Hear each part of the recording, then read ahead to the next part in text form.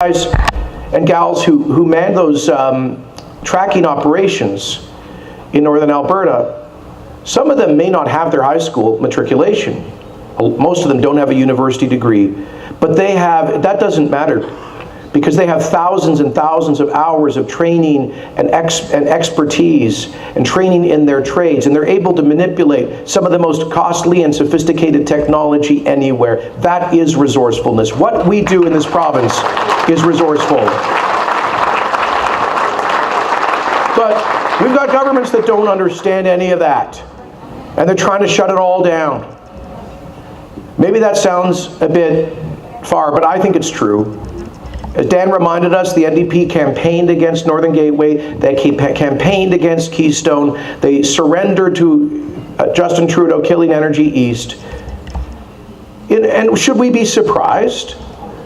The NDP Energy Minister appeared before the National Energy Board as a representative of the Alberta Federation of Labour, asking that they veto the Northern Gateway pipeline. By the way, I love men and women who belong, working men and women who belong to unions, and I don't think there's a single working man or woman I know in this province that belongs to a trades union who would support the AFL going and calling for the veto of a national pipeline. What about you? That's outrageous. We need them to be held accountable. And then they campaign against Keystone and all the rest of it. So we know where they come from. But friends, they also don't understand how an economy functions. The NDP is animated by the philosophy of socialism. Not my word, it's in their constitution, which is, I call, the philosophy of resentment. The NDP looks at people who succeed, entrepreneurs, and other people who put in the extra hour and get ahead. They look at them as a problem to be regulated and controlled. They think that if people have done well, maybe they somehow cut corners or cheated to do well. And that's why they always campaign, predictably, on class warfare, trying to divide people based on their income or their employment. That's why in the last election they ran on raising personal and business taxes, and they did it. They raised business taxes by 20%, personal taxes at the high end by even more. And you know what we ended up with? Lower revenues from business and personal taxes. Less money generated by higher tax rates, the total failure of NDP economics. Because and on top of that, they raise property taxes, they're supporting Trudeau's increase in payroll taxes, and of course, the multi-billion-dollar carbon tax. Here's the problem. As Margaret Thatcher said, the problem with socialism is that sooner or later, you run out of other people's money to spend.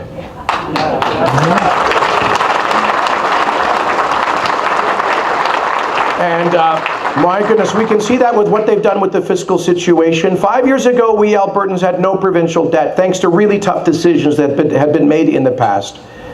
And then we had a $13 billion debt a few years ago. Now it's a $55 billion debt, headed under the NDP's own optimistic projections towards $100 billion of Alberta provincial debt.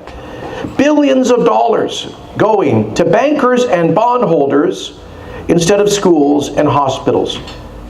How is that progressive? The NDP calls itself progressive. They say they're about generous social programs and social justice. Where's the generosity in taxing people to profit bankers with interest payments? How is it progressive to grow a debt so you crowd out funding for health and education in order to pay your interest bills to the bondholders? The Premier yesterday said that Jason Kenney wants to freeze Alberta public spending, and I plead guilty. I do want to balance the budget by managing our spending more responsibly. I plead guilty. But Premier, I'll tell you what, she said that Jason Kenney's plan of freezing spending is actually, quotes, risky cuts. Now, what does that mean? Not cutting spending all of a sudden becomes risky cuts. That doesn't, that just doesn't make any logical sense. But you know what is really risky?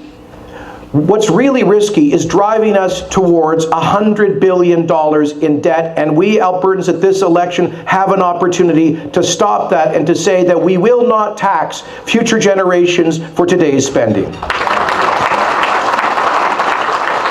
So, as a result of this economic policy, we now have 180,000 Albertans looking for work, tens of thousands who gave up looking for work, especially young people. And we have, our economy is smaller today than it was when the NDP came to office. Our per capita gross domestic product, that is to say, if you take our total provincial economy and divide it by the 4.3 million Albertans, that's down by 12%. We're 12% poorer on average than when they came to office. And our total monthly payrolls in Alberta, you take all the money people get in income, it's down by $1 billion since they came to office. The average duration of unemployment has gone from 7 to 23 weeks. Now hold on, just think about that for a sec. Since the NDP came to office, the average person who lost their job, they've gone from a 2-month wait to a 6-month wait to find a new job, which means half the unemployed are waiting more than 6 months. And you all know people have been looking for work for 2 or 3 years.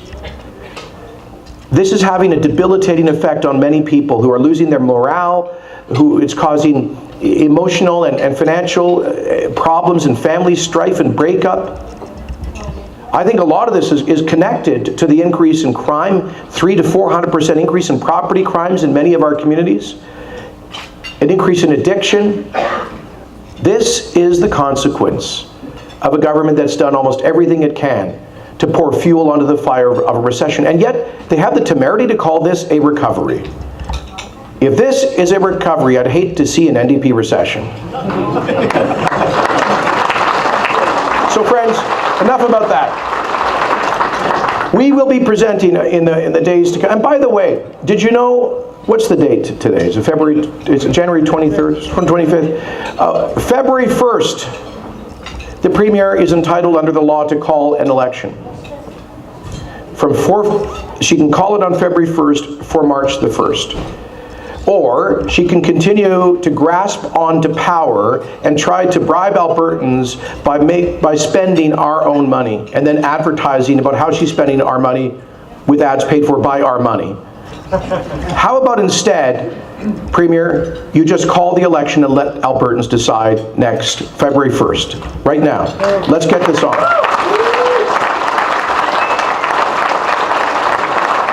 It'll save us a whole lot of money.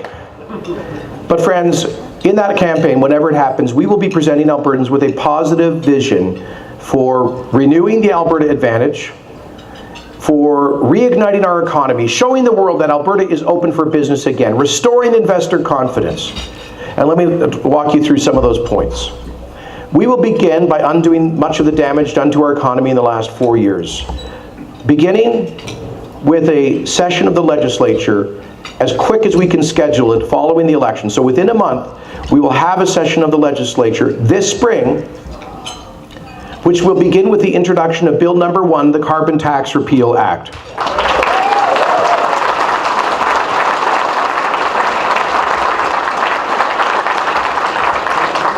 And then we'll introduce Bill number 2, the Open for Business Act, which will repeal other legislation that's driven up the cost of hiring people and creating new jobs. And then we'll introduce Bill number 3, the Farm Freedom Act, which will repeal the NDP's attack on farmers, Bill 6.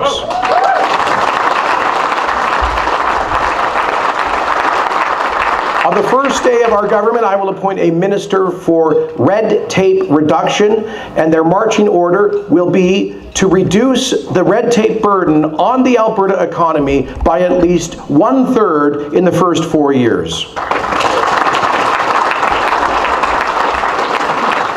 Let me pause there to say that I really believe that the constant accumulation of red tape and rules and the slow-moving approvals process is one of the things holding down our economy.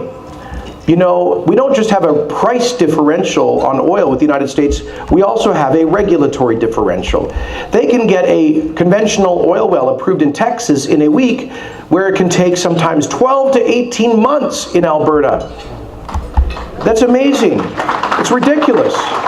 And you know, in Saskatchewan, they're approving major projects in 3 months, where in Alberta it took 5 years.